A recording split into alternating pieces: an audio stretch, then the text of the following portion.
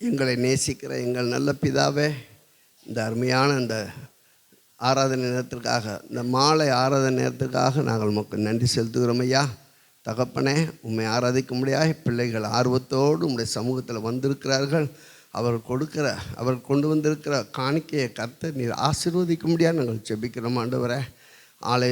என் ஆலயத்தில் ஆகாரம் உண்டாயிருக்கும்படி ஆண்டவரே அவர்களை கொண்டு வர சொன்னீர் ஆண்டவரே. உம்முடைய பிள்ளைகள் கொண்டு வந்திருக்கிற அந்த பொருளாதாரத்தை கர்த்தர் நீர் ஆசீர்வதித்து ஆலயத்தில் ஆண்டவரே ஆலயத்தின் நன்மையினால் ஜனங்கள் நிரப்பும்படியாய் ஆண்டவரே, ஆலயத்தில் நன்மை உண்டாயிருக்கும்படியாய், ஆகாரம் உண்டாயிருக்கும்படியாய், அதை ஆசீர்வதிக்கும்படியாக நாங்கள் செபிக்கிறோம் ஆண்டவரே.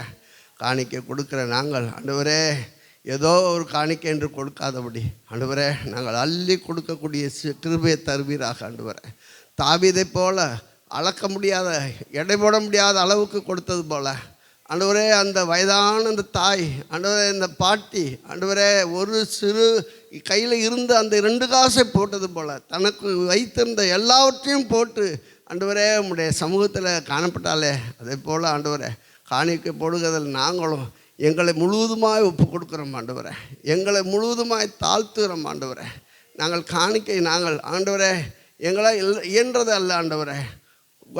பவுல் சொல்லுகிறது போல் ஆண்டவரே உற்சாகமாய் கொடுங்கள் என்று சொன்னீரே, அதே போல் கொடுத்து ஆசீர்வாதத்தை பெற்றுக்கொள்ள எங்கள் ஒவ்வொருவருக்கும் உதவி செய்ய முடியாது நாங்கள் செபிக்கிறோம். ஆசீர்வாதிங்க ராஜா. ஆலயத்தின் தேவைகளை சந்திங்க. ஆலயத்தின் பொருளாதார காரியங்களை கர்த்தர் பொறுப்படுத்திக் கொள்ளுங்க.